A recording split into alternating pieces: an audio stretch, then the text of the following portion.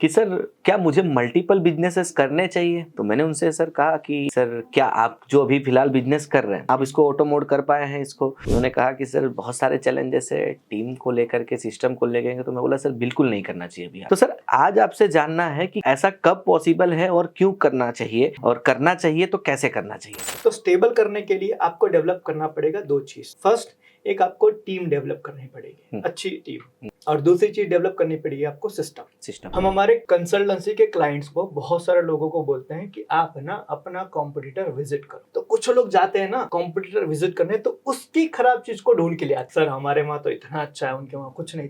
अरे यार, आपको ये करने के लिए बोला था, उनके वहां क्या अच्छा है वो ढूंढ कर लाओ। राइट। तो एक होता है एटीट्यूड, जिसको कहते हैं नेगेटिव एटीट्यूड। बहुत बार मैं सर मिलता हूँ लोगों से ना, तो ना उनके सर कम्युनिकेशन स्किल ठीक होती है, ना उनका ड्रेसअप ठीक होता है, ना उनके सर बेसिक एटिकेट्स जो होते हैं, जैसे बैठने का तरीका हो गया, बात करने का तरीका हो गया। ऐसी बहुत सारी चीजों की वजह से ना तो टीम भी सोचती है कि सर ठीक है यार, चल रहा है इनका तो मैं भी चला रहा हूँ। तो इसके ऊपर सर किसकी गलती है? जिस बिजनेसमैन के अंदर ये गलतियां ना, उसका बिजनेस भी उतना ही छोटा हो। बेवकूफ को बेवकूफ बनाने वाले ही मिलते हैं। ये बड़ी हार्ड लैंग्वेज है, लेकिन आप देखोगे ना तो ये पूरी हकीकत है। आप स्मार्ट हो ना तो आपके साथ स्मार्ट लोग काम करना पसंद करते हैं। आप अच्छे हो ना तो आपके साथ अच्छे लोग पसंद करते हैं। आप अट्रैक्टिव हो ना तो आपको अट्रैक्टिव लोग आप आकर्षित करते हो।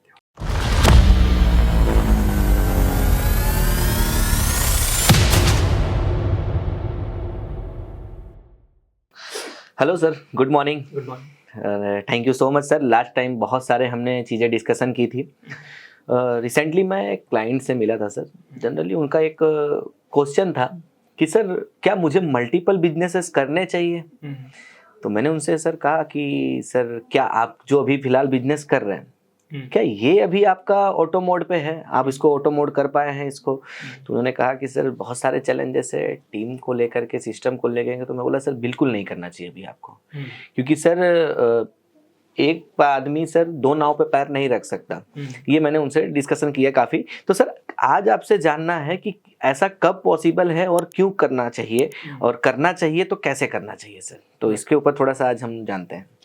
देखो, ये एक बहुत इंटरेस्टिंग क्वेश्चन है और बहुत सारे लोग इसके बारे में जानना चाहते हैं कि भाई मुझे मल्टीपल बिजनेस करना चाहिए, कब करना चाहिए कि नहीं करना चाहिए, और कैसे करना चाहिए। राइट। तो पहली चीज समझो, बिजनेस के अंदर दो चीज होती है। एक होती है स्टेबिलिटी और एक होती है स्केलेबिलिटी। राइट। पहली चीज कि आपका बिजनेस स्टेबल होना चाहिए। मतलब स्टेबल इन द सेंस कि आपके बहुत ज्यादा एफर्ट लगाए बिना आपके बिजनेस का जो रेवेन्यू है या आपके बिजनेस के जो खर्चे हैं या जो प्रॉफिट है वो आना चाहिए। करेक्ट। ठीक है। इसको कहते हैं स्टेबिलिटी। मतलब कि अगर मेरे हर महीने का खर्चा 5 लाख रुपए है, तो पहले मुझे ये फिक्स करना है कि हर महीने 5-7 लाख रुपए मेरे कंपनी के अंदर कैसे आए, जिसमें मुझे बहुत ज्यादा टाइम या एफर्ट लगाने की जरूरत ना पड़े। इसको ऑटोमेट पे पहले ले जाइए। इसको कहते हैं स्टेबिलिटी। Right sir. जब आपका रेवेन्यू ब्रेक इवन पॉइंट आपके एफर्ट के बिना सक्सेसफुली हो रहा है, फिर आपको प्लान करना है बढ़ाने के लिए। अब बढ़ाने में आप दो चीज प्लान कर सकते हो। एक चीज प्लान कर सकते हो कि जो सेम बिजनेस है उसी को आप बढ़ाइए। Right? और दूसरा होता है कि आप अपने बिजनेस को डाइवर्सिफाई कीजिए। मतलब कि आप दूसरे किसी प्रोडक्ट को चालू कर सकते हैं या दूसरे कोई वेंचर को चालू कर सकते हैं या फिर दूसरी किसी इंडस्ट्री के अंदर आप एंटर कर सकते हैं। राइट। लेकिन जब तक आपका बिजनेस का रेवेन्यू या आपका ब्रेक इवन पॉइंट जब तक अचीव ना हो आपके एफर्ट के बिना, तब तक आप दूसरे किसी प्रोडक्ट या दूसरे किसी इंडस्ट्री में स्टार्ट ना करें। करेक्ट। तो सबसे पहले चीज ध्यान रखनी है, आपके बिजनेस में स्टेबिलिटी आती है। राइट। अक्सर कर लोग गलतियां क्या करते हैं कि मैंने एक बिजनेस शुरू किया, सीजन के टाइम पे उस बिजनेस में से मुझे थोड़ा प्रॉफिट मिल गया, तो मुझे ऐसा लगता है कि ये प्रॉफिट मुझे लाइफ टाइम तक मिलता रहेगा, और जोश जोश में आके वो दूसरी 2-3 कंपनी के अंदर या 2-3 इंडस्ट्री में वो घुस जाते हैं। राइट। अब यहीं पर दिक्कत हो जाती है। देखो, कहा जाता है आपका दूसरा पैर तब उठाओ जब आपका पहला पैर जमीन पे सही से टिक गया। राइट। दोनों पैर हवा में डालोगे तो आपके गिरने के चांसेस है। तो पहले आपके बिजनेस में स्टेबिलिटी लेकर आओ। आपका बिजनेस आपके बिना चलना चाहिए। राइट। इवन आपके बहुत ज्यादा टाइम या एफर्ट के बिना चलना चाहिए। उसका रेवेन्यू होना चाहिए, उसकी सर्विसेज होनी चाहिए, उसका प्रोडक्शन होना चाहिए। उनकी पूरी चीजें अगर आपने स्टेबल कर दी है, सिस्टम बना दिया है, फिर आप अपने बिजनेस के अंदर जा सकते हो ग्रोथ पर। या तो आप दूसरे प्रोडक्ट लेकर आओ या दूसरे किसी इंडस्ट्री के अंदर लेकर आओ। करेक्ट। अब इसको स्टेबिलिटी करने के लिए कई बार लोग बोलते हैं सर करेंगे कैसे। राइट। हाँ। करेंगे कैसे, स्टेबल कैसे करेंगे? हाँ। तो स्टेबल करने के लिए आपको डेवलप करना पड़ेगा 2 चीज। फर्स्ट, एक आपको टीम डेवलप करनी पड़ेगी, अच्छी टीम, और दूसरी चीज डेवलप करनी पड़ेगी आपको सिस्टम। राइट। अभी मैं रिसेंटली किसी के साथ बैठ के डिस्कशन कर रहा था कि टीम जो होती है, ठीक है, वो ऐसा नहीं है कि आपने बड़ी बड़ी सैलरी दे दी तो आपकी टीम में अच्छे लोग आ गए और आपकी टीम बन गई। राइट। तो टीम लाना और उनको ज्यादा सैलरी देना, उसको टीम नहीं कहते हैं। टीम का मतलब होता है जिसमें आपकी और आपके लोगों की सोच मैच करती हो। करेक्ट। आप उनकी भावनाएं और वो आपकी भावनाओं को समझते हैं। आप उनको अपना मानते हो और आपकी टीम का बंदा वो भी आपको अपना मानती है।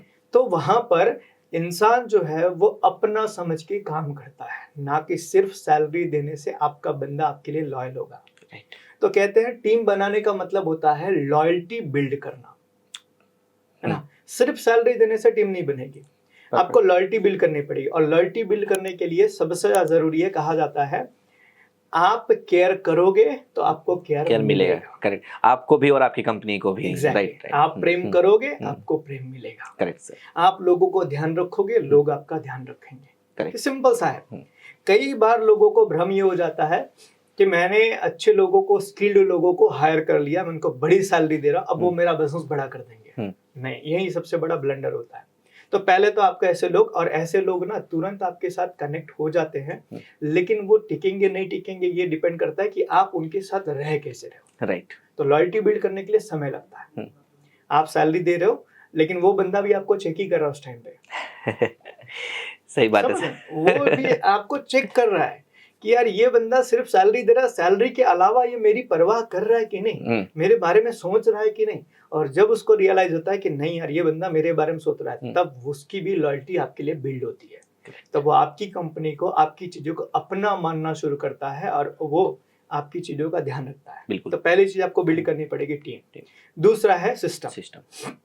अब सिस्टम में बहुत सारे लोग ये सोचते हैं कि यार बहुत बड़ा सिस्टम, बहुत बड़े मशीन लाने पड़ेंगे। नहीं, सिस्टम का मतलब होता है आपके वहां पे कुछ ऐसे कल्चर बनाने पड़ेंगे, कुछ ऐसी प्रैक्टिसेस बनानी पड़ेंगी कि जिसका हर बंदा फॉलो करे। जैसे कि हम सिस्टम कह सकते हैं, भाई आपने अपने वहां पे एक टाइम पंक्चुअलिटी का एक सिस्टम बनाया कि भाई हर एक बंदा रोज इतने बजे तक कंपनी में आना चाहिए। करेक्ट, ठीक है।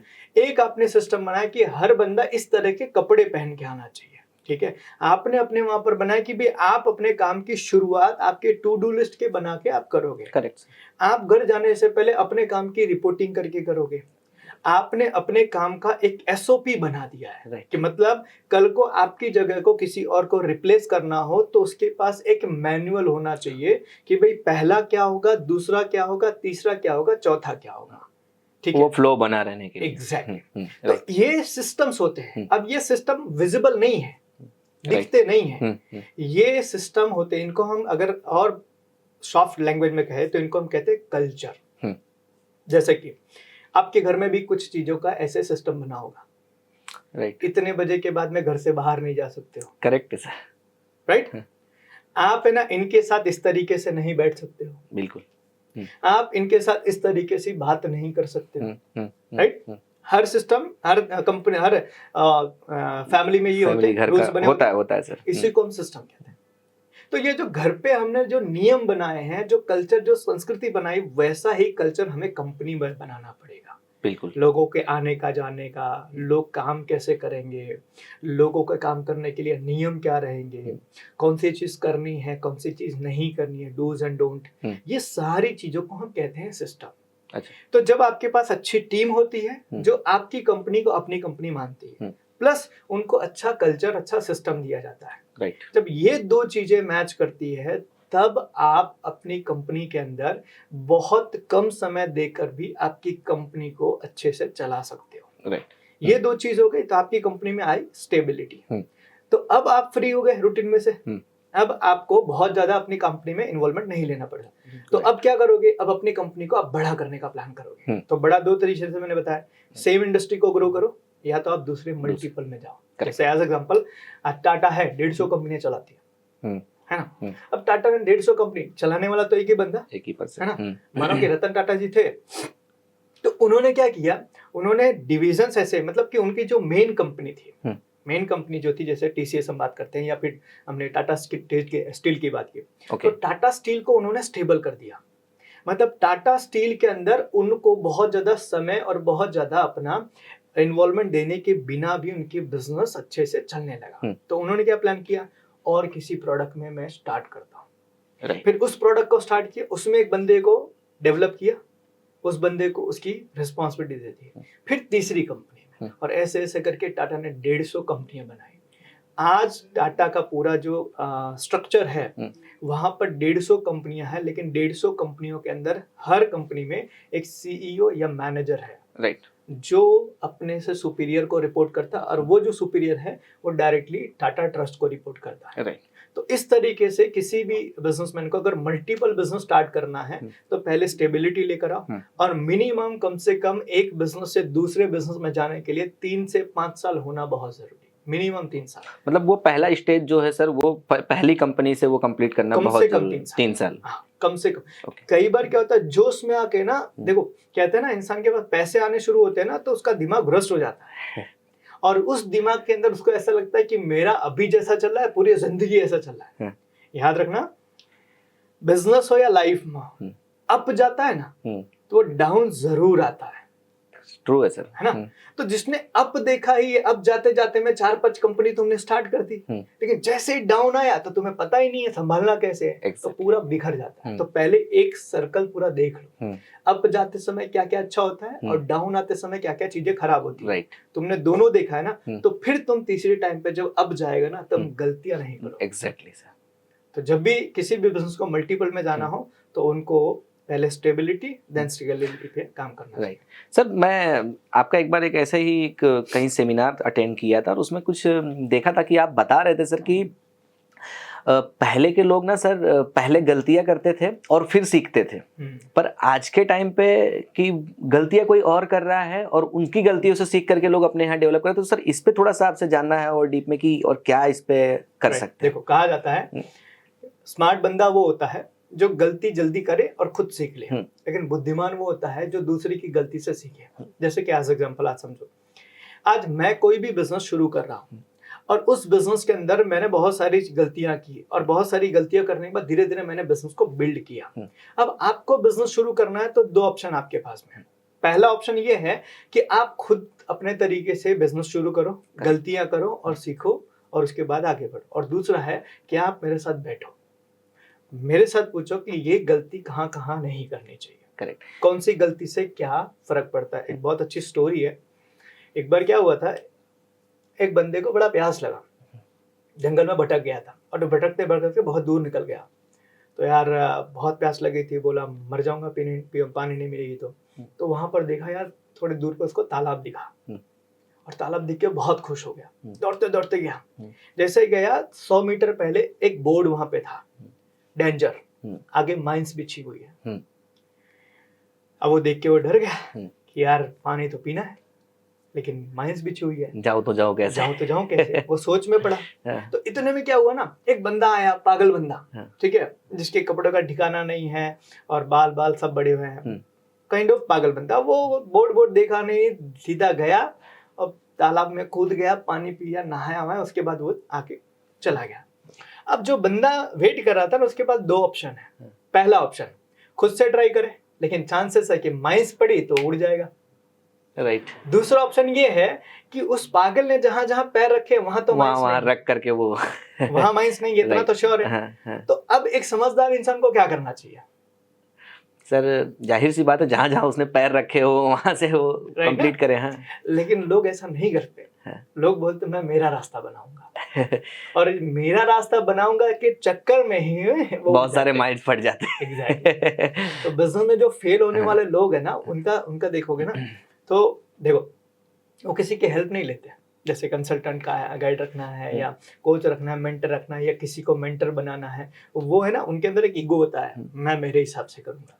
अब तुम तुम्हारे हिसाब से करने के चक्कर में कितनी बार फटोगे पता नहीं है। इसको कहते हैं कि भाई एक बंदा है कि जो ओवर ऑप्टिमिस्टिक है, ठीक है, कि भाई उसको बहुत उम्मीद है कि यार मैं कर लूंगा, बहुत जोश वाला जुनून वाला है। और दूसरा बंदा है जिसको बुद्धिमान कहते हैं कि भाई मेरे को समय भी बचाना है, पैसा भी बचाना है, तो बेटर ये है मैं गाइडेंस लूं। राइट। उस पागल ने जहां जहां पैर रखे हैं, अगर उस पे मैं रख के जाऊंगा तो मेरा समय भी बचेगा और मैं मरने से भी बचूंगा और पानी तक मैं पहुंच जाऊंगा। और दूसरे लोग होते हैं वो पागल था यार, वो तो उतने जैसे जैसा किया, मैं मेरे हिसाब से करूंगा। राइट। तो ये बहुत जरूरी है कि जब भी आप अपने बिजनेस को या अपने लाइफ में ग्रो करने की बात करो तो आप है ना उन लोगों की सलाह लो कि जिन लोगों ने आपके बिजनेस में काम किया है, मेहनत किया है और उन्होंने बहुत सारी गलतियां की, क्योंकि वो आपको बहुत सारी गलतियां करने से बचा सकते हैं। सब तो सर इसमें कह सकते हैं कि सब माइंड सेट का खेल है, राइट ना। तो इसमें सर माइंड सेट को अगर एक ओनर का एक कह सकते हैं एक बिजनेसमैन का माइंड सेट सर कैसा होना चाहिए इसमें? देखो, एक बिजनेसमैन का माइंडसेट तो सबसे पहले चीज ऐसा होना चाहिए कि भाई मुझे बिजनेस करना है ना, तो मुझे बिजनेस करने के टाइम पर जितना ज्यादा मुझे एक्सप्लोर कर सकूं, जितने ज्यादा लोगों से मैं मिल सकूं, राइट। जितने ज्यादा लोगों से मैं बातें कर सकूं। क्यों? हर तरह का नॉलेज एक जगह से नहीं मिलेगा। आप समझो, हम लोगों को क्यों बोलते हैं कि आप एग्जीबिशंस में जाओ? राइट। समझा? क्योंकि आपके एरिया में या आपके शहर में आपके जैसे 5 कंपनियां हैं या 5 इंडस्ट्री है, तो आपको 5 चीजें ही सीखने को मिलेगी, लेकिन एग्जीबिशन में 500 लोग आएंगे। करेक्ट। तो आपके शहर में अगर आप चाहोगे तो 5 चीजें सीख, एग्जीबिशन में जाकर 500 चीजें सीख सकोगे। Correct sir. राइट। तो पहली चीज ना एक्सप्लोर करना चाहिए। अभी रिसेंटली हमारे एक बहुत अच्छे क्लाइंट है, अच्छा खासा बिजनेस है, 200-300 करोड़ का बिजनेस है। तो उनका लड़का है ना, वो बिजनेस में आया है, तो बातचीत हो रही थी ऐसे ही, तो उनके वहां पर एक अकाउंटेंट है, पुराना अकाउंटेंट है, ठीक है। तो उससे कुछ थोड़ी सी गलतियां होती है। तो गलतियां होती है, और गलतियां ऐसा नहीं होता है कि भाई उसकी कंपनी को हार्म करे, नुकसान करे। गलतियां थोड़ी कैसी है कि वो बंदा काम करता है ना, तो अपने काम के बारे में दूसरे को बताता है, मैंने ये किया, ठीक है। कुछ लोगों की आदत होती है अपनी बड़ाई करना, तो वो करता है। तो उस बंदे की इस बात से ये चिढ़ गए, जो ऑनर था उनका लड़का चिढ़ गया और बोला कि इसको निकाल देना है। क्यों निकालना है? क्योंकि ये बार बार बोलता है मैंने किया, मैंने किया, ये बार। तो अब मैं उनके पापा के साथ बैठा था, तो मैंने बोला सर आपके बच्चे ने अभी तक जॉब नहीं की ना? बोले नहीं। मैं बोला इसीलिए। क्यों? तुमने जॉब की हुई है ना, तो तुम्हें पता होगा कि हमें जॉब के अंदर बहुत सारे लोग होते हैं हमारे ऊपर, जो कुछ चीजें बोलते हैं, हमें सहना होता है। तुम डायरेक्ट बिजनेस में आ गए, तो तुमने वो प्रेशर झेला ही नहीं। राइट। वो कहते हैं ना, वो एम्प्लॉय वाला माइंडसेट तुमने कभी देखा ही नहीं, कभी उन चीजों को जांचा समझा ही नहीं। राइट। तो तुम्हें क्या डायरेक्टली सीट मिल गई? अब डायरेक्टली सीट मिलने के चक्कर में क्या हुआ, तुम्हारा वो अनुभव जो है ना वो लेना रह गया। करेक्ट सर, है ना? तो इसीलिए वो आप जो बोल देते हो कि भाई इनको निकालना है, तो उसको निकालना नहीं है, उसको आपको सही वे में यूज करना है। एज एग्जाम्पल, कोई भी बंदा है अगर अच्छा काम कर रहा है, वो बता रहा है, तो पता है एक्चुअली क्या सोचता है, मेरे बारे में थोड़ा सा अप्रिशिएशन करें। आप अपना ईगो थोड़ा सा साइड करके अगर उसकी इस बात को अप्रिशिएट कर दोगे ना, तो वो बंदा अपने काम को और बेटर कर लेगा। Correct sir. और ये पता है कहाँ फील होती है? ये फील होती है नौकरी में। आपने नौकरी के अंदर कोई अच्छा काम किया, आपको आपके बॉस ने अप्रिशिएट किया, तो आप और मोटिवेट होते हो कि यार मुझे और बेटर करना और अच्छा करना, राइट ना? लेकिन वो चीज आपने की नहीं, तो आपको चिढ़ आ रही है। करेक्ट। तो एक्सप्लोर करना बहुत जरूरी है। अभी मैं रिसेंटली किसी कंपनी के इंटरव्यू या पॉडकास्ट में सुन रहा था, तो उन्होंने बताया यार मैंने 3 साल पहले नौकरी की और उसके बाद बिजनेस को शुरू किया। अक्सर कर तुम देखोगे वो फाउंडर या वो बिजनेसमैन ज्यादा सक्सेस होते हैं, ज्यादा सफल होते हैं कि जिन लोगों ने पहले नौकरी की है उसके बाद बिजनेस किया है। करेक्ट है सर। क्यों? क्योंकि नौकरी करते टाइम पे उनको जो जो तकलीफ होती है ना, वो सारी तकलीफ ना वो चाहते हैं उनके वहां काम करने वाले लोगों को ना हो। क्यों? क्योंकि उनका दर्द उनको पता है। लेकिन डायरेक्टली जिसने बिजनेस शुरू कर दिया ना, उसको दर्द पता ही नहीं है। तो वो है ना इस तरीके से काम करते हैं और ये नहीं चलता है। लेकिन दूसरी चीज ये भी है ना सर कि कोई एम्प्लॉय अच्छा काम कर रहा है, अगर वो एम्प्लॉय क्या एक बिजनेसमैन को भी ले लेते हैं सर, ओनर को भी ले लेते हैं, अगर अपने बारे में हम नहीं बताएंगे कि हम अच्छे, तो बताएगा कौन सर? एग्जैक्ट, बिल्कुल। बहुत मैं वही तो बता रहा हूँ। देखो, एक चीज है कि कुछ 2 तरह के लोग होते हैं। एक शाई टाइप के लोग होते हैं, करते अच्छा है लेकिन बताते नहीं। एग्जैक्टली। ठीक है। और एक होते हैं करते हैं बताते हैं। एक होते हैं करते नहीं है बताते बहुत ज्यादा है। तो as a leader, as a businessman, मुझे समझना चाहिए मुझे किसको अप्रिशिएट करना और किसको डांटना है। राइट। ठीक है। और वो तभी पॉसिबल है जब मैंने वो सारी चीजों के बारे में देखा है, समझा है, जाना है। अब ये सारी चीजें आपको कहाँ मिलेगी? या तो आप ज्यादा लोगों से मिले तब, हम्म। या तो आप नौकरी के अंदर थोड़ा टाइम अपने स्पेंड किया है तब। हम्म। तो एक बिजनेसमैन का माइंडसेट सबसे ज्यादा होना चाहिए कि वो ज्यादा से ज्यादा चीजों का एक्सप्लोर करे। देखो गुजराती में एक कहावत है, भरे ते चरे, है ना, हाँ। जो घूमता है हाँ। वो खाता है राइट। है ना। हाँ। घर पे बैठा हुआ बंदा भूखा रहता है। Correct sir. तो अगर आप भूखे हो ना तो आप घर पे बैठे रहोगे तो मर जाओगे, तो आपको बाहर निकलना पड़ेगा। तो बिजनेसमैन को भी ये चीज करनी चाहिए कि भाई उनको ज्यादा से ज्यादा एक्सप्लोर करना चाहिए, इंडस्ट्रीज में जाना चाहिए, लोगों से मिलना चाहिए, अपने कस्टमर से मिलना चाहिए, अपने वेंडर से मिलना चाहिए, मैन्युफैक्चरर से मिलना चाहिए, दूसरी इंडस्ट्रीज में जाना चाहिए, एग्जीबिशंस में जाना, उसका दिमाग खुलता है। Correct sir. दरअसल ये जो एमएसएमई में हमारे छोटे बिजनेसमैन, इनके छोटे होने का कारण भी यही है। इनका ना वो गुफा बना हुआ, एक घर का गुफा, एक ऑफिस का गुफा। इधर से ऑफिस से निकलते घर, घर से निकलते ऑफिस, इसके अलावा कुछ नहीं उनका। बाहर क्या हो रहा है बाहर की दुनिया पता ही नहीं है। Correct sir. तो उनको नहीं पता इन चीजों के बारे में कि यार बिजनेस को करने का और भी तरीका है, लेकिन मैंने सीखा ही नहीं, मेरा तो दो ही जगह है ना। अब दो जगह में मैं सीखूंगा क्या? राइट। तो इसीलिए एक माइंडसेट सबसे ज्यादा बिजनेसमैन का होना चाहिए, एक्सप्लोर। जितना घूमोगे, जितना लोगों से मिलोगे, जितना लोगों से बात करोगे, तुम उतना ही अपने बिजनेस को बेटर करते जाओ। राइट। इनमें सर बिहेवियर और एटीट्यूड जरूरी है क्या सर? मतलब और होना चाहिए तो जरूरी है, तो किस तरीके से जरूरी है? बिल्कुल, देखो बिहेवियर और एटीट्यूड, इसमें आपको जो रखना है एज अ बिजनेसमैन, आपके बिजनेस को ग्रो करने का, पहला आपका एटीट्यूड होना चाहिए सीखने वाला। हम हमारे कंसल्टेंसी के क्लाइंट्स को, बहुत सारे लोगों को बोलते हैं कि आप ना अपना कॉम्पिटिटर विजिट करो। ठीक है, या तो आपके शहर के, या तो आप दूसरे शहर में जाके कॉम्पिटिटर को विजिट करो। ठीक है, तो कुछ लोग जाते हैं ना कॉम्पिटिटर विजिट करने, तो उसकी खराब चीज को ढूंढ के ले आते हैं। सर हमारे वहां तो इतना अच्छा है, उनके वहां कुछ नहीं। अरे यार, आपको ये करने के लिए बोला था, उनके वहां क्या अच्छा है वो ढूंढ कर लाओ। राइट। तो एक होता है एटीट्यूड, जिसको कहते हैं नेगेटिव एटीट्यूड। ये सबसे पहली चीज नहीं होनी चाहिए। आपको ये देखना है कि मेरे से बेहतर क्या कर रहे हैं लोग, मेरे से बुरा क्या कर रहे हैं, उसमें आपका क्या फायदा। Right sir. मेरे से अच्छे कपड़े तुमने पहने तो मुझे इंस्पिरेशन क्या लेना है, मैं इससे कपड़े कैसे पहनूं ताकि मेरे को भी अच्छा लगे। राइट ना। मेरे से जो खराब कपड़े पहने हैं तो उसको मैं गालियां भी दूंगा, क्या फर्क पड़ेगा यार, मेरा फायदा क्या उसमें। तो लोग है ना कई बार जाते हैं फील्ड पे अपना कंपटीशन एनालिसिस करने के लिए, तो वो है ना नेगेटिव चीजें ढूंढ कर लाते हैं। सर वो कुछ लोगों की आदत होती है कमियां निकालना, मतलब व्हाइट बोर्ड के ऊपर ब्लैक मार्कर लगा हुआ है तो राइट। तो एक एटीट्यूड होना चाहिए कि भाई उनको ना पॉजिटिव एटीट्यूड रखना कि अच्छी चीजें मेरे को ढूंढनी है। एक बहुत अच्छा किताब शायद आपने पढ़ा होगा या मैंने बताया बहुत बार, made in America, Sam Walton की, वॉलमार्ट जिसने बनाया। तो वो अपनी किताब में लिखते हैं, बोले मैं ना मेरे शहर, मेरे राज्य, मेरे देश के हर सुपरमार्ट को घूमता था और वहां जाकर कोई अच्छी चीज है उसको लेकर आता था और अपनी कंपनी में इम्प्लीमेंट करता। बोले मैं शुरुआत से ही कभी गल्ले पे नहीं बैठा, कैश काउंटर मैंने कभी नहीं टच किया। मेरा काम ये था कि दूसरी जगह जाओ और वहां से अच्छी चीजें लेकर आओ। एक टाइम पे अमेरिका ने पूरा हर सुपर स्टोर ने उनको बैन कर दिया था, वो चाइना चले गए थे। बोले चाइना में से ढूंढ के लाऊंगा।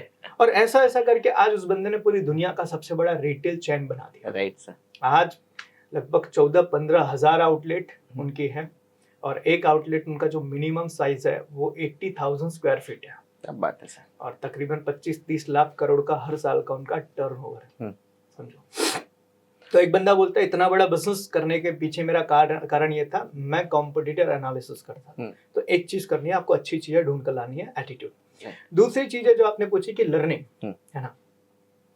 लर्निंग में भी सेम चीज वही है कि आप अगर अपना बिजनेस अच्छा नहीं कर पा रहे हो ना, आप बिजनेस ग्रो नहीं कर पा रहे, इसका मतलब ये है आपकी लर्निंग जो है वो उतनी ही है जितना बिजनेस आपका बड़ा है।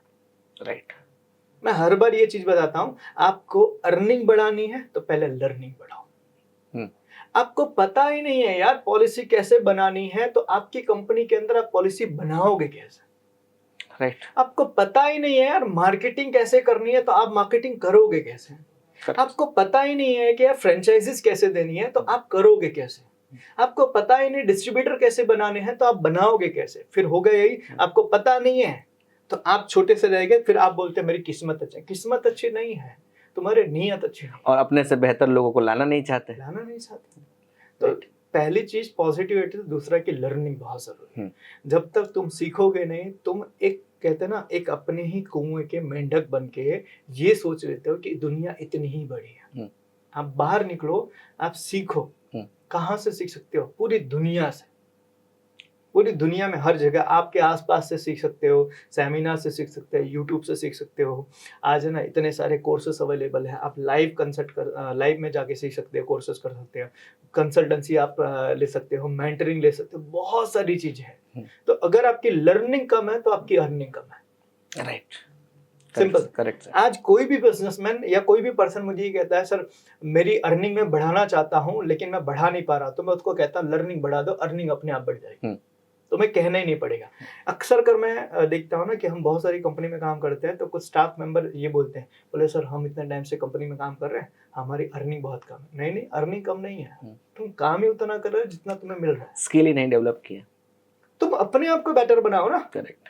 तुम अपना बेटर बनाओगे तो कंपनी तुम्हें झक मार के देगी यार। लेकिन सर कई बार ना सर देखते हैं कि एक बिजनेस ओनर जो उनके बॉस होते हैं सर, वही उनको इंस्पायर कर सकते हैं सर। तो बहुत बार मैं सर मिलता हूँ लोगों से ना, तो ना उनके सर कम्युनिकेशन स्किल ठीक होती है, ना उनका ड्रेसअप ठीक होता है, ना उनके सर बेसिक एटिकेट्स जो होते हैं, जैसे बैठने का तरीका हो गया, बात करने का तरीका हो गया सर। ऐसी बहुत सारी चीज़ों की वजह से ना तो टीम भी सोचती है कि सर ठीक है यार, चल रहा है इनका तो मैं भी चला रहा हूँ। तो इसके ऊपर सर किसकी गलती है यहाँ पे? देखो सिंपल सी चीज है, जिस बिजनेसमैन के अंदर ये गलतियां ना, उसका बिजनेस भी उतना ही छोटा होगा। करेक्ट। नॉर्मली तुम देखो कि जिस बिजनेसमैन को अपने आप को ग्रो करना है ना, अपने बिजनेस को ग्रो करना, पहले वो अपने आप को ग्रो करेगा ही। राइट सर, है ना। अक्सर कर जो इस कैटेगरी में आते हैं, जो ये चीजें करते हैं, उनके बिजनेस का साइज तुम देखोगे ना, एक छोटा ही होगा। और फिर वो कहते हैं मैं इतने साल से इस बिजनेस में हूं। आप इतने साल से इस बिजनेस में किया तो कुछ भी नहीं ना। राइट। किया कुछ भी नहीं, तो सिर्फ बिजनेस के अंदर होने से आप थोड़ी ग्रो कर जाओगे। जैसे कि नाम नहीं लूंगा, एक पार्टी के बहुत अच्छे नेता हैं, उनको ये बोला था ये अक्षय कुमार की तरह दिखते हैं इसलिए इनको पीएम बना दो। समझो, अरे यार एबिलिटी तो होनी चाहिए ना। राइट। कंपनी का बॉस जो है, ठीक है, वो चाहता है मेरा बिजनेस बढ़ा, तुम अपने आप को तो बड़ा बनाओ, अपने आप को तो बेहतर बनाओ। करेक्ट। जब तक तुम अपने आप को बेहतर नहीं बनाओगे तो कहाँ से तुम्हारी टीम में अच्छे लोग आने वाले हैं, कहाँ से तुम्हारी टीम में अच्छे लोग तुम्हें ग्रो करने में हेल्प करने वाले हैं? पॉसिबल नहीं है। शुरुआत होती है, समझो यार, ये हमारे घर में भी होता है। अगर किसी के घर में उनके फादर जो है ना ड्रिंक करने वाला है, समझो, तो बच्चा क्या सीखेगा? और बच्चा आपको थोड़ी आइडल मानेगा। बिल्कुल सर, और वो सीधे तरीके से रिस्पेक्ट से भी बात नहीं करेगा सर वहाँ पे। नहीं करेगा। अब इसमें किसकी गलती? बच्चे की गलती? नहीं सर, नहीं, पेरेंट्स की गलती है।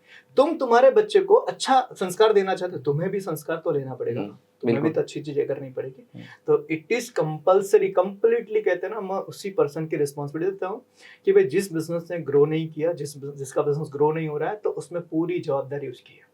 Correct sir. ठीक है, क्योंकि आपको और कौन चेंज कर सकता है आपके अलावा? आप खुद इंटरेस्टेड नहीं। और कई बार तो लोग है ना, इसमें भी बहुत सारा कमेंट करते हैं, हम करना तो चाहते हैं लेकिन होता नहीं है। मैं ये बोलूंगा यार, कोई भी चीज ऐसा नहीं है जो आप करना चाहो ना हो पाए। हाँ, आप शिद्दत से ना करना चाहो वो बात अलग है। Correct sir. मेरे को इम्प्रेस करने के लिए आप करना चाहोगे तो मैं मुझे इम्प्रेस करके आपको क्या मिलेगा? ट्रू। आप अपने आप को इस तरीके से, कहते हैं ना, जड़ मूड में, वो कहते हैं ना, बहुत अच्छा एक बच्चा था, पेड़ था, पेड़ लगाया, जड़ में वो पानी दे रहा था, धीरे धीरे पेड़ बड़ा हुआ। ठीक है, फिर उसने बोला यार पत्ते हरे हरे होते हैं, इनको पानी पिला। पत्ते में वो पानी डालने लगा और धीरे धीरे पेड़ सूख गया। गलती किसकी? जहाँ रिक्वायरमेंट थी तो वहां तो डाला नहीं। ऐसी चीज है। तो वही है, आपका बिजनेस ग्रो नहीं हो रहा है तो जड़ तो आप ही हो ना। Correct sir. आप अपनी चीजें नहीं डेवलप करोगे तो पत्ते कहाँ तक फूलेंगे? तो एक बिजनेसमैन को है ना, सबसे बड़ी जो गलती होती है वो यही होती है कि अपने आप को इम्प्रूव नहीं करता लेकिन चाहता है पूरी दुनिया इम्प्रूव हो जाए। एग्जैक्टली। और यहीं पर उसकी गलती होती है। इससे बहुत इफेक्ट पड़ता है सर कंपनीज वगैरह में। मैं देखा है, कई बार देखता हूँ सर कि मतलब ना उनकी टीम अच्छी होती है, फिर कहते हैं कि ना मेरा सेल नहीं बढ़ रहा है, कस्टमर रिपीट नहीं हो रहे हैं। एक बार जबरदस्ती सर ले तो लेता है उनका कस्टमर, पर ले नहीं पाता है। तो सर बहुत बार, जैसे भी आपने बताया, बहुत सारी चीज़ें क्लियर हुई सर कि ये सब चीज़ों से ना फर्क बहुत पड़ता है, और उनकी टीम भी सर वही सोचेगी ना कि मेरा बॉस ही ऐसा है। अरे भाई मैं आपको बताऊं, आज पूरी दुनिया के अंदर जो अच्छे अच्छे टैलेंटेड लोग हैं, जो बड़ी बड़ी यूनिवर्सिटीज कॉलेजेस से निकल रहे हैं, वो क्यों अपना ड्रीम बनाते हैं गूगल में, फेसबुक में, टेस्ला में नौकरी करने का? क्यों ड्रीम बनाते हैं मुझे एल&टी में, एसआर में, रिलायंस में जाना है? क्योंकि छोटे कंपनी बिजनेस में क्यों नहीं आना चाहते? क्योंकि कंपनी का ग्रोथ देखते हैं सर वहाँ पे। ग्रोथ से ज्यादा वो पता है क्या देखते हैं? मैं एक ऐसे बंदे के अंडर में काम करूं जो मुझे ग्रोथ कर सके। राइट। अब आपको देखकर उसको फील ही नहीं आता कि यार ये बंदे के साथ काम करके मेरा कोई ग्रोथ होगा, तो वो बंदा क्या बोलता है, इनसे बेहतर तो अभी भी मैं हूं, तो मैं इनके साथ कंपनी में क्यों काम करूं? हम लीडरशिप के अंदर एक चीज बताते हैं कि आपकी personality, your personality is equal to your organisation's personality. Right. आप जितने बेहतर हो, आपकी कंपनी उतनी ही बेहतर होगी। Correct correct. और जितनी बेहतर आपकी कंपनी होगी, आपको टीम भी उतनी ही बेहतर मिलेगी। राइट। आप हाई लेवल पे हैं, आपको हाई लेवल के लोग मिलेंगे। आप लो लेवल पे हैं, आपको लो लेवल मिलेंगे। और समझना एक चीज, वो बहुत थोड़ा रफ लैंग्वेज है कि कहते हैं लेथार्जिक को लेथार्जिक ही मिलते हैं। ट्रू है सर, है ना? बेवकूफ को बेवकूफ बनाने वाले ही मिलते हैं। ये बड़ी हार्ड लैंग्वेज है, लेकिन आप देखोगे ना तो ये पूरी हकीकत है। आप स्मार्ट हो ना तो आपके साथ स्मार्ट लोग काम करना पसंद करते हैं। बिल्कुल सर। आप अच्छे हो ना तो आपके साथ अच्छे लोग पसंद करते हैं। आप अट्रैक्टिव हो ना तो आपको अट्रैक्टिव लोग आप आकर्षित करते हो। करेक्ट। तो इट इज वेरी इंपॉर्टेंट, आपको अपने ऊपर काम करना पड़ेगा। जब तक आप नहीं इंप्रूव होगे, आपका धंधा कभी इंप्रूव नहीं होगा। ये बिल्कुल वैसे ही हो गया सर कि एक एमबीए वाले को किराने की दुकान पे काम नहीं करवा सकते ना, वो करेगा वाला पर्सन सर डीमार्ट जैसी, वो भी एक किराने की दुकान है सर, लेकिन वो वहाँ ज्यादा काम करना पसंद करेगा, वो भी कम सैलरी में। एग्जैक्टली। उसकी वजह है ना, क्योंकि उसको लगता है कि ये एक्चुअल में मेरी जगह है। राइट। अब तुम किराने की दुकान को तुम थोड़ा सा बढ़िया मैटर करो, वो बंदा आएगा यार काम करने के लिए। करेक्ट। लेकिन नहीं करते लोग, क्योंकि उनको ऐसा लगता है यार जैसा चल रहा था वैसा चल रहा है। अभी भी बहुत सारे लोग अपने बिजनेस को अपग्रेड नहीं कर रहे हैं और कंप्लेन करते हैं कि बिजनेस ग्रो नहीं हो रहा है। करेक्ट। तो मैं ये कहता हूँ आने वाले समय में आप सब बंद होने वाले हैं। राइट। आप बंद होने वाले हैं। करेक्ट है सर। आपको अपडेट होना ही पड़ेगा। मतलब वो माइंडसेट जो है पूरा वो चेंज करना पड़ेगा कि ऐसे नहीं रह करके इस तरीके से। लेकिन सर वो अडॉप्ट भी तो नहीं करना चाहते सर चीजों को, तो इसका क्या रीजन हो सकता है? इसका सबसे बड़ा रीजन होता है भूख। करेक्ट। तुम्हें भूख ही नहीं लगी है, तुम रेस्टोरेंट जाओगे क्यों? सही बात है सर, है ना? वो एक कहावत नहीं है, संतोषी मानस सदा सुखा है ना? तो लोगों ने ना उस चीज को एक्सेप्ट कर लिया, ठीक है मेरा हो रहा है ना, मुझे क्या करना है, क्या जरूरी है। तो भूख होना बहुत जरूरी है आपको ग्रो करने के लिए, क्योंकि भूख होगी तो ही ढूंढोगे। Right sir. भूख होगी तो ही बड़ा करोगे। करेक्ट। भूख होगी तो ही कुछ नया करोगे। तुम्हारी भूख नहीं है, तुम्हें ऐसा लगता है मैं ठीक है अच्छा कर रहा हूँ, अच्छा हो रहा है, तो तुम ज्यादा कुछ ट्राई नहीं करोगे। ट्रू है सर। और ये बिजनेस में एज वेल एज जॉब के अंदर भी है। जॉब में मैंने बहुत सारे लोगों से मीटिंग की, बहुत सारे लोगों से मिलता हूं, तो एक चीज मैंने देखा है, एक जगह वो पहुंच गए ना, बस सर मुझे और कुछ नहीं चाहिए, बस जिंदगी इसी में निकल जाए, मेरा इनफ है। करेक्ट। वो ज्यादा ट्राई नहीं करते। क्यों ट्राई नहीं करते? दो चीज है, एक चीज भूख नहीं है, और भूख ना होने के कारण उनको कुछ करने का मन नहीं होता है, एक्स्ट्रा कुछ रिस्क लेने का मन नहीं होता है, इसलिए वो कहता है जहां हूं वहां पर मैं बना रहा हूं। आज बहुत सारे लोग ऐसे अपनी नौकरियों पर ये सोचते हैं बस मैं निकाला ना जाऊं, इतना काम करूंगा। मेरे को निकाले ना कंपनी, बस इतना काम करना, मेरे को सैलरी नहीं बढ़ानी, मेरे को सीईओ नहीं बनना है, लेकिन बस मैं इतना ही काम करूंगा जितना मैं निकाला ना जाऊं। करेक्ट। अब उनको तुम कितना भी धक्का मारोगे ना, कितना भी मोटिवेट करोगे, कितने हमारे ट्रेनिंग प्रोग्राम के अंदर समझो बहुत सारे एम्प्लॉयज को हम ट्रेन करते हैं, तो लोग बैठते हैं, ठीक है, लोग ऐसा फोल्ड करके बैठते हैं, देखते हैं, हमें ऐसा लगता है बहुत सीख रहा है बंदा, बहुत सीख रहा है यार, बहुत। बाद में जब निकल होता है, अरे यार देखो बिजनेस लाइफ में बड़ा कुछ करना नहीं है, क्या करेंगे सब चीजें करके, है ना, अपना चल ही रहा है, क्या करेंगे। तो ऐसे लोग एम्प्लॉय भी हैं जो नौकरी कर रहे हैं, और ऐसे लोग बिजनेसमैन को भी ट्रेन करते, तो लोग वही देखो सर आपने जो बताई सब ठीक है सर, अच्छी बात है, लेकिन ये करेंगे क्या करें? बच्चा है नहीं कोई, या एक बच्चा है वो बोलता है तुम्हारे बिजनेस में आना नहीं है, तो किसके लिए बिजनेस बड़ा करें, किसके लिए हम अपने आप को चेंज करें? तो जो चल रहा है ठीक है। Correct. So it is all about भूख। हंगर होगा ना तो ही तुम नई चीज करोगे, बाकी हंगर नहीं है तो मैं कितना भी कोई पुश करे ना, अरे यार एक समझो ना, कुत्ते का पेट भरा है ना, उसके सामने रोटी फेंकोगे ना, वो ऐसे ही करके साइड में कर लेगा। और उसी कुत्ते को भूख लगी हो तो तुम्हारे घर में से रोटी चुरा लेगा। सही है सर। सर ये सारी चीजें देख को आपको फ्रस्ट्रेशन नहीं होता? एज अ कंसल्टेंट आप सर लोगों को गाइड करते हैं सर इस पे, तो आपको सर फ्रस्ट्रेशन नहीं होता है? फ्रस्ट्रेशन तो बहुत होता है, लेकिन कर क्या सकते हैं, जिसको खुद को कुछ नहीं करना है। करेक्ट। कई बार ये होता है सर, तुम है ना तुम्हारा विजन बनाओ, तुम्हारा है ना मिशन बनाओ, तुम्हारा है ना प्लानिंग करो। हम उनको मोटिवेट करने की कोशिश करते हैं, 4 दिन के बाद में वो बोलते हैं, बोले सर सोच रहा था बनाने के लिए, लेकिन फिर सोचा किसके लिए बनाऊं, तो इसलिए सर नहीं रहने दो, चलेगा। तो देखो हमारा जो एक कोर पर्पस है कि भाई हम इंडियन इकोनॉमी को ग्रो करना चाहते हैं, इंडियन बिजनेसेस को डेवलप करके, और हमने टारगेट लिया कि हम 5000 कंपनीज को हम डेवलप करने की फिराक में है, उसके प्लानिंग में है। तो पूरी इंडिया में पॉपुलेशन बहुत ज़्यादा है, ठीक है, एमएसएमई में 15 करोड़ के आसपास एमएसएमई में 5000 ही चाहिए। राइट। तो हम क्या करते हैं, छन्नी लेके छानते हैं किसके अंदर आग है, किसके अंदर भूख है, जो भूख है ऐसे लोगों को निकाले। एग्जैक्टली उनको निकालो और उनको पुश करो। राइट। और रियली बहुत सारे लोग हमारे साथ में ऐसे हैं। अभी समझो एक कंपनी के साथ हम कंसल्ट कर रहे थे, कंपनी के साथ में हम लास्ट ईयर काम कर रहे थे, उनका कुछ 147 का उनका बिजनेस था, इस साल तकरीबन उन्होंने 175 करोड़ कर लिया। क्या बात है सर। पिछले साल एक कंपनी के साथ में काम कर रहे थे, करीबन 10 करोड़ का टर्नओवर था, इस साल 20 करोड़ का टर्नओवर था, इस साल उन्होंने 40 कर लिया। समझो 40-45 कर। तो कहने का मतलब ये है कि हमें कुछ लोगों को ही, और ये रहेगा यार, ये रहेगा, मतलब ये दुनिया को है ना, तुम है ना, कोई मुझसे पूछेगा ऐसा क्यों है, तो मुझे भी नहीं पता। एक टीचर जो होता है ना, सारे क्लास को सोचता है कि सब के सब बच्चे ना टॉपर हो। करेक्ट। सबके सब बच्चे पढ़े, सबके बच्चे आगे बढ़े, लेकिन टीचर कितना भी एफर्ट लगाएगा ना, 20% ही लोग उसकी बातों को एक्सेप्ट करते हैं, बाकी 80% लोग जैसे तैसे पास हो जाते हैं और वही टॉप करते हैं। हाँ, है ना। बाकी 20% लोग है ना, उन्हीं को समझ में आता है, वही आगे बढ़ते हैं, वही ग्रो करते हैं। बाकी 80% लोग है ना, वो बोलते हैं यार जैसे तैसे पास हो जाओ, स्कूल का पासिंग मार्क्स आ जाए। बस। तो टीचर पूरा एफर्ट लगाता है, लेकिन 100 में से 20 लोग ही उसकी रिक्वायरमेंट पूरी करते हैं। हमारे लिए भी सेम रूल लागू होता है। हम 100 लोगों को कंसल्ट करते हैं, 100 लोगों को बिजनेस ग्रो करते हैं, 100 लोगों को ट्रेनिंग देते हैं, तो उसमें से 20% ऐसे लोग हैं जो हमारी चीज़ों को सीरियसली लेते हैं और उस पर इम्प्लीमेंट करते हैं, उसके ऊपर काम करते हैं और ग्रो करते हैं। बाकी 80% लोग हाँ कर रहे हैं, हो रहा है, ठीक है, बढ़िया है, इस तरीके से ये हर जगह लागू हो गया।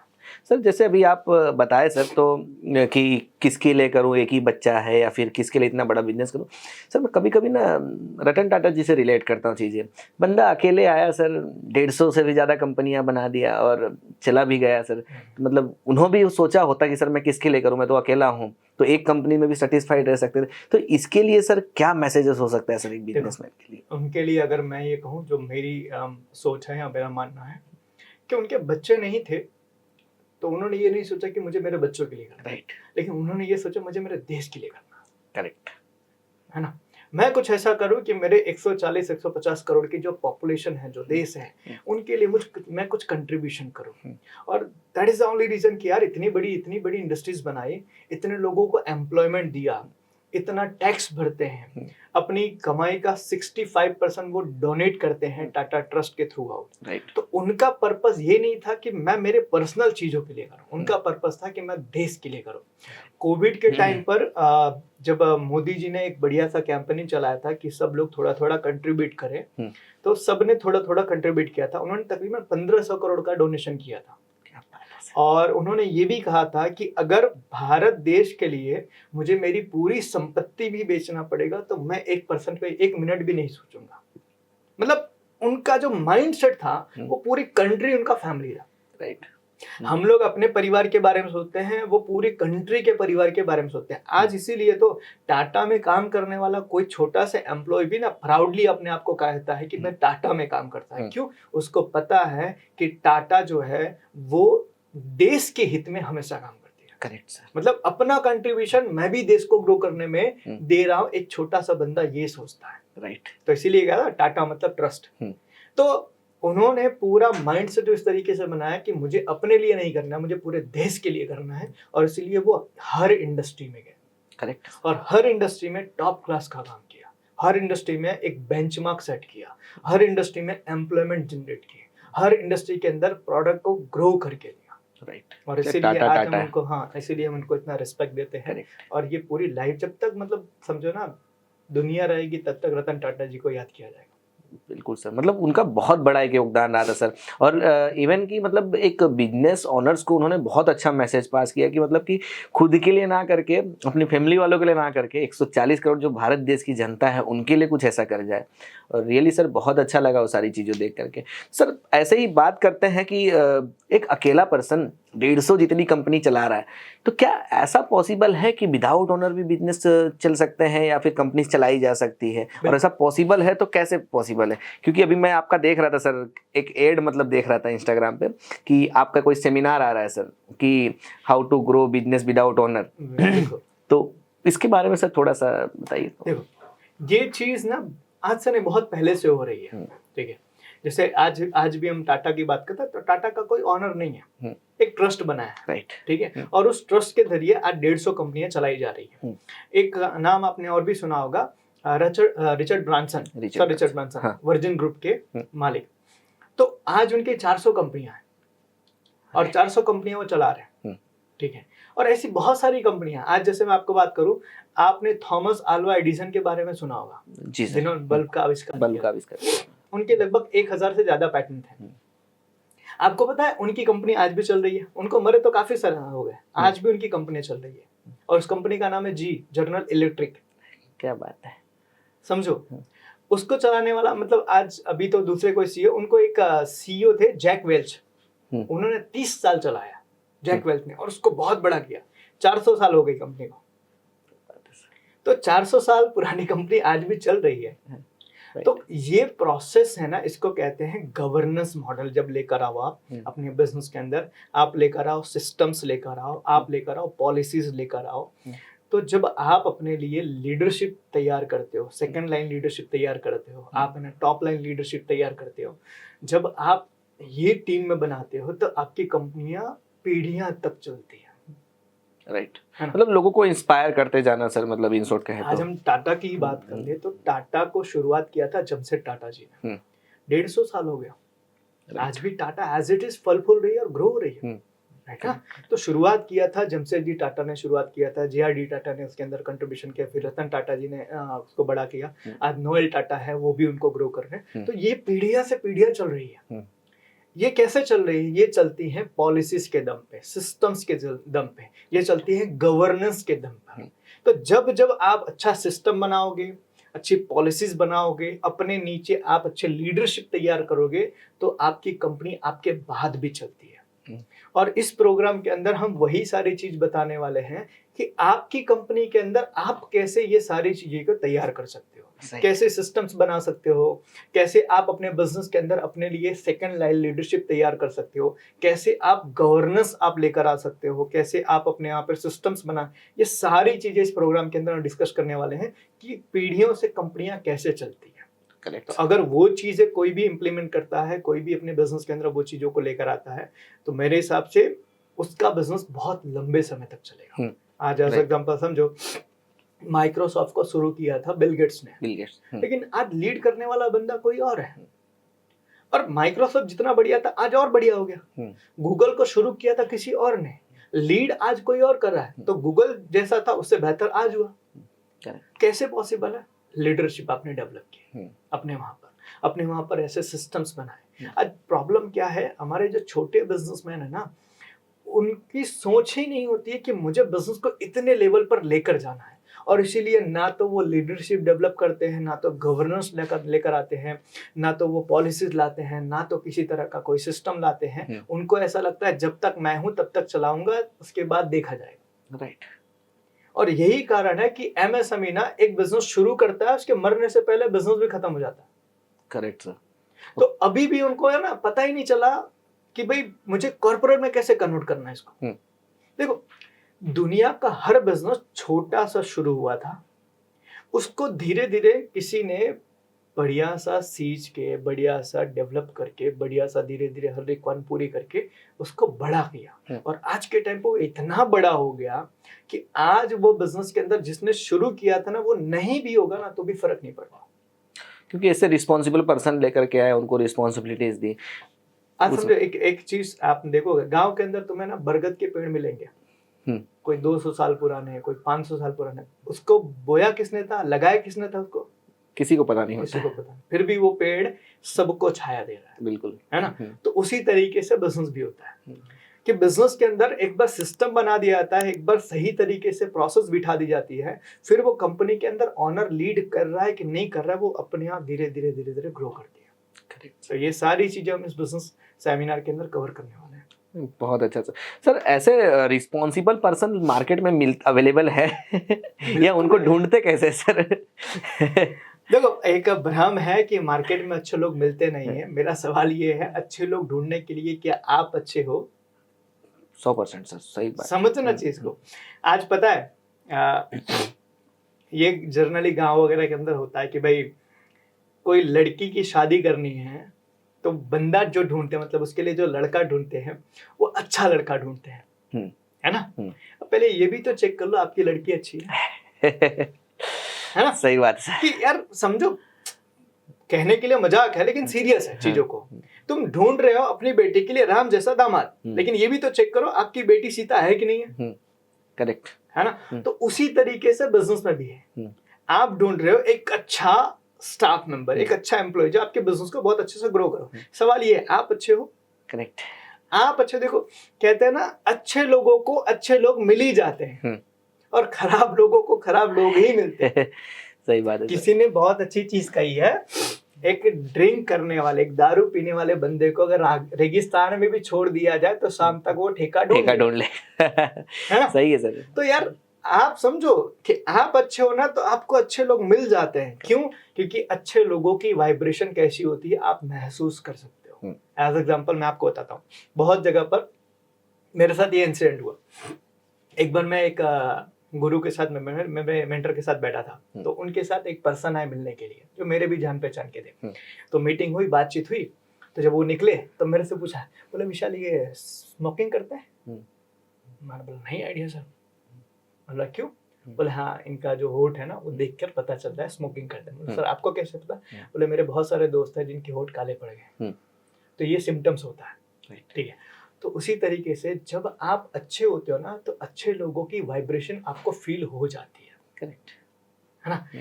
कहते हैं ना, किसी के साथ मैं बातचीत कर रहा था, बोला मैं मंदिर में गया, मंदिर में जाने के मेरे को कुछ एहसास नहीं हुआ कि मंदिर में गया, ठीक है, मूर्ति वूर्ति थी, घंटी वंटी लगी थी, पूजा किया, लाया।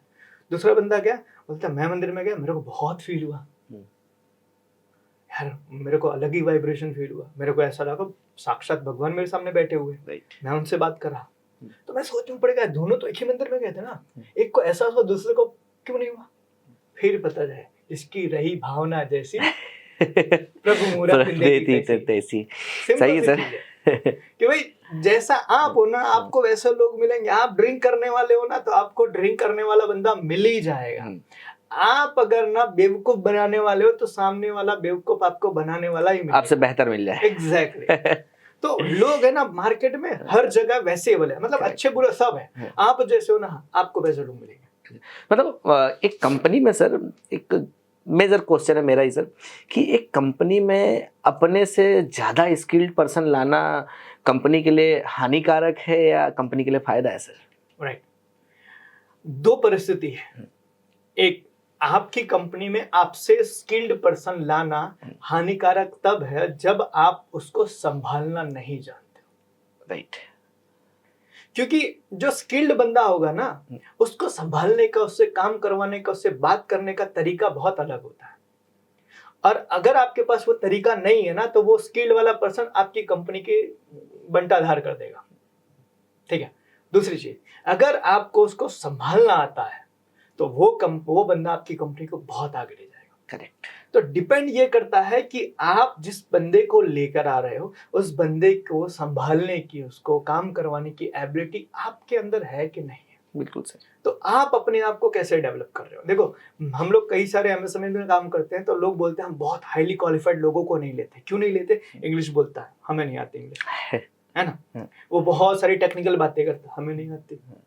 वो सूट बूट ब्लेजर पहन के आता है, हम टी शर्ट में जींस में आते हैं। ठीक है। तो हमें क्या उसके साथ मैच नहीं करता। तो लोग है ना, ये चीज वाइब्रेशन है ना वो मैच नहीं करती, तो लोग बोलते हैं नहीं नहीं ये बंदा नहीं चलेगा। राइट। है ना।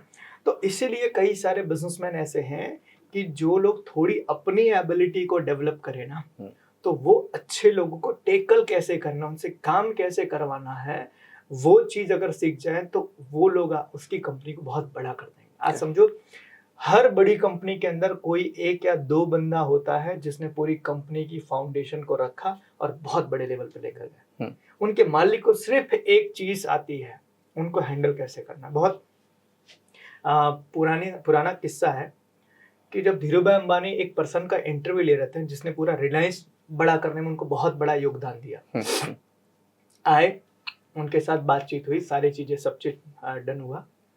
तो जो पर्सन थे इंटरव्यू आगे निकले थे, उन्होंने बोला नहीं मुझे आपके साथ काम नहीं करना, उन्होंने जॉब को रिजेक्ट कर दिया। राइट। जैसे वो जा रहे थे ना, धीरूभाई अंबानी ने खाली एक चीज पूछी, आपके पिताजी की तबीयत कैसी है? उस बंदे ने पूरा अपना डिसीजन बदल दिया, नहीं मुझे इनके साथ काम करना है। पता है क्यों? क्योंकि उसको एक चीज एहसास हो गया कि यार जो बंदा मेरे सामने बैठा है ना, ये सिर्फ बिजनेस से रिलेशन या बिजनेस की बातें नहीं करता, ये मेरी पर्सनल चीजों में इंटरेस्ट, मतलब इसने मेरे पिताजी के बारे में पूछा, जनरली लोग नहीं पूछते, वो टच कर गई। एग्जैक्टली, वो टच गई कर एक लाइन, और वो एक लाइन टच करने से उस बंदे ने रिलायंस को ज्वाइन किया और रिलायंस को बहुत बड़ा उसको ग्रो किया। आज के टाइम पे तकरीबन शायद मुझे जहां तक आइडिया, मुकेश अंबानी ने उनको एक घर गिफ्ट किया कुछ 1200-1300 करोड़ का। क्या बात है sir. That is a person कि जिसने रिलायंस को इतना बड़ा बनाने में हेल्प किया। तो आप ना, आपकी लीडरशिप कैसी है इससे डिपेंड करता है कि आपको लोग कैसे मिलेंगे। आप ना, मैं बहुत सारे बिजनेसमैन के साथ देखता हूं, तो पता है लोग क्या सोच के एम्प्लॉय को हायर करते हैं, इसकी सैलरी कितनी कम है। अगर कोई बंदा बोल रहा है कि मैं 8,000 में काम करने को तैयार, डन, वो ले लेते, कल से आजा, कल से आजा। ये बिना सोचे कि भाई वो बंदा 8,000 में मेरे वहां आकर मेरी ही चीजों को खराब करेगा, ये बिना सोचे, वो सैलरी कम है ना इसलिए वो चीज ले लेते हैं। सर ये कम सैलरी वाला माइंडसेट कभी कभी रिलेट करता तो सर दीमक जैसा ख्याल आता है बिल्कुल अंदर ही अंदर। एक सिंपल सी चीज है यार जो बंदे की एबिलिटी नहीं है वो बंदा आपकी कंपनी में आके आपकी संपत्ति नहीं बन सकता, वो आपकी लायबिलिटी। Correct sir, right. अब वो लायबिलिटी बनना, ऐसे आपने 10 बंदे भर लिए तो 10 बंदे दिख तो रहे लेकिन काम तो आपको ही करना है। करेक्ट है। फिर बोलते हैं उनकी सैलरी भी आपको निकालनी है। अब फिर आप सोचते हो यार 10 बंदे मैंने रखे हुए हैं, धंधा तो मैं हो ही नहीं रहा, काम तो मैं ही कर रहा हूँ। तो गलती आपने की, 10 बंदे की जगह तुम 3 बंदे भरो, 8 की जगह 25,000 दो। वो 3 बंदे आकर 10 नहीं 100 लोगों का काम करके, और 100 लोग जितना बिजनेस आपका बड़ा करते हैं उससे बड़ा करके देंगे। Correct sir. It is very important कि लोगों को सैलरी के बेस पर हायर ना करके इस बेस पर हायर करो कि वो मेरी कंपनी में आके मेरी कंपनी को कैसे ग्रो कर सकते हैं फ्यूचर। और आज बड़ी बड़ी कंपनियां, आप समझो ना, आज आप समझो बड़े बड़े कॉलेजेस के अंदर जाते हैं कैंपस इंटरव्यू के लिए, वो फर्स्ट और सेकंड बंदे को उठा लेते हैं। फर्स्ट और सेकंड बंदे का जो रैंक होगा, पूरे टॉपर होगा, उसको वो हायर कर लेते हैं डायरेक्टली। ऐसा क्यों सर? इसका मतलब ये होता है बंदा पढ़ने में अच्छा है, मतलब चीजें समझ में आ रही, इसको थोड़ा सा पॉलिश किया जाएगा ना, ये चीजें कर लेगा। राइट। और जो बंदा यार पास होना जैसे तैसे उसकी चीजें हैं, उसको समझाने में समय लगेगा, उसको ट्रेन करने में समय लगेगा। तो इसलिए बड़ी बड़ी कंपनियां क्या करते हैं, जो टॉपर्स होते हैं ना, उनको करोड़ों का पैकेज देके उनको उठा लेते हैं, क्योंकि उनको पता है इसको थोड़ा सा 3 महीने 6 महीने पॉलिश करेंगे ना, बहुत अच्छा काम करना शुरू कर देगा। राइट। क्योंकि स्मार्ट लोग होते हैं ना, ठीक है, तो स्मार्ट लोगों को सिर्फ डायरेक्शन देना होता है। एज एग्जांपल मानो अगर आपके फील्ड के अंदर या आपके ही दोस्त के अंदर कोई बंदा स्मार्ट है ना, उसको प्रॉब्लम दे दो, वो एज सुन एज पॉसिबल हल कर देगा। करेक्ट है सर, है ना? क्यों? क्योंकि जो प्रॉब्लम आती है ना, उसका माइंड ना मतलब 100 गुना रफ्तार से काम करना शुरू करता है कि इसका सॉल्यूशन क्या होगा। और वहीं पर एक डम बंदे को दे दो, वो पहले बोलता है यार ये क्या है, इतना बड़ा प्रॉब्लम आ गया, इतना बड़ा प्रॉब्लम मैं तो हो ही नहीं सकता। मतलब मुझे और टेंशन आ जाएगा कि मैंने इसको बताया क्यों। तो इसीलिए बड़ी कंपनियां स्मार्ट लोगों को हायर कर लेती हैं, बहुत बड़ा पैकेज देके, लाखों करोड़ों का पैकेज देके थोड़ा सा पॉलिश करते हैं और वो उनकी कंपनी को बहुत अच्छे लेवल पर ग्रो कर देते हैं। Correct sir. तो वो वहाँ पर सैलरी नहीं देखते, वो ये देखते हैं कि ये बंदा मेरी कंपनी को कितना बड़ा कर सकता है। और हमारे छोटे छोटे जो बिजनेसमैन हैं वो ये देखते हैं 8,000 में बंदा मिल रहा, चलो ले लो, काम करे ना करे ले लो, स्टाफ ही चाहिए ना। तो इस माइंडसेट से वो बिजनेस में हायरिंग करते हैं और जिसके बाद उनके बिजनेस का और डाउनफॉल आता है। और पूरे साल बोलते हैं यार टिक नहीं रहे हैं हमसे ही स्टाफ। शिकायत करते हैं ना कि यार इसको कुछ नहीं आता है। मैं हायर किसने किया फिर? हाँ, मैंने है ना, मैं आपको एक रियल इंसिडेंट बताता हूँ। एक बार क्या हुआ, हम एक कंपनी की कंसल्टिंग कर रहे थे और हम उनके वहाँ पे सेशंस कर रहे थे। इवनिंग के टाइम पे हम उनके वहाँ पे ट्रेनिंग कर रहे थे। तो 7-8 ट्रेनिंग सेशन हमने दिया। तो कुछ लोगों के अंदर इम्प्रूवमेंट नहीं आ रहा था। तो जो ऑनर थे ना, बोले सर आज का सेशन मेरे को लेने दो। मैंने बोला ठीक है कोई बात। आए, ऐसा हाथ रखा और बहुत पूछना शुरू किया, बताओ किसको क्या बनना है। तो एक बंदा खड़ा हुआ, बोलता है सर मेरे को कंपनी का मैनेजर बनना है। ठीक है बढ़िया।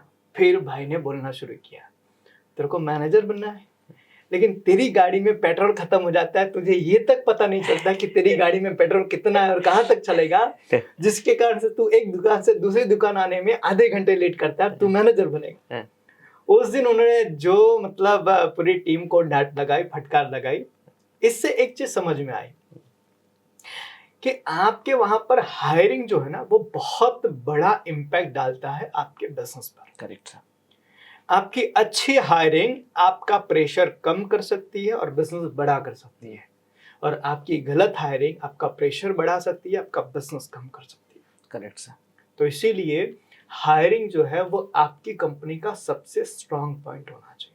तो अच्छे लोगों को हायर, और अच्छे लोगों को हायर करते समय आप अपने जेब पर बहुत ज्यादा ध्यान मत दो।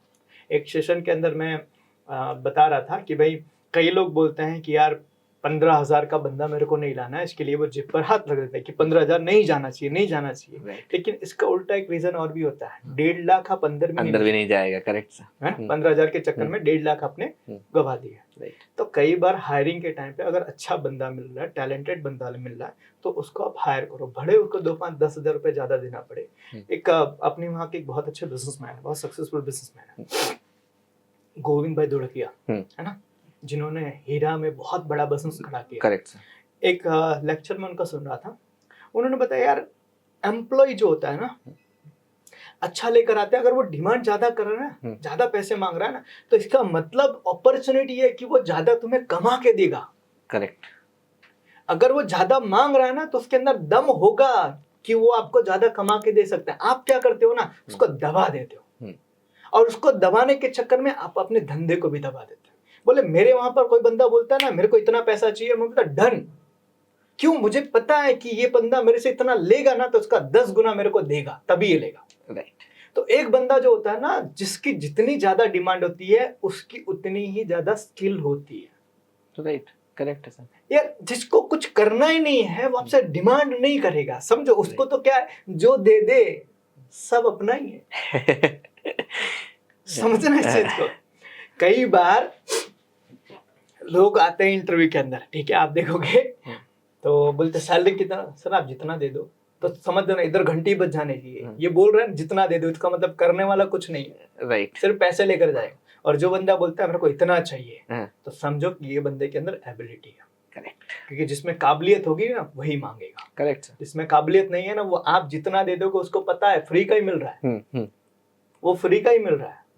तो वहां पर आपको ध्यान रखने की जरूरत है कि काबिलियत वाला बंदा, क्योंकि आप समझो इंटरव्यू में जाओगे ना, जिसके अंदर काबिलियत होती है वो मांगता है। मैं एक बहुत अच्छे बिजनेसमैन को मैं सुन रहा था, मैं उनकी किताब पढ़ रहा था। बोले मेरे वहां पर जब हायरिंग में करता हूँ तो बंदा जो बोलता है कि मुझे इतनी सैलरी चाहिए, कोई बात नहीं, मुझे देने में कोई दिक्कत नहीं है, बस इतना ध्यान रखना मैं काम करवाऊंगा तो एक्सक्यूज नहीं चाहिए। एक्जेक्टली। Correct sir. फिर ये नहीं बोलना मेरे से इतना काम करो और मेरे से इतना काम कर, तूने जितना मांगा मैंने दिया, हाँ। अब मुझे जितना चाहिए वो तुझे देना पड़ेगा। अगर तू तैयार है कल से आ जा। अब जिसमें दम होता है ना वो चैलेंज एक्सेप्ट कर लेगा सर। वो कल से आता है, और जिसको पता चल जाता है फोन भी नहीं उठा, वो निकल जाता है। सही है सर।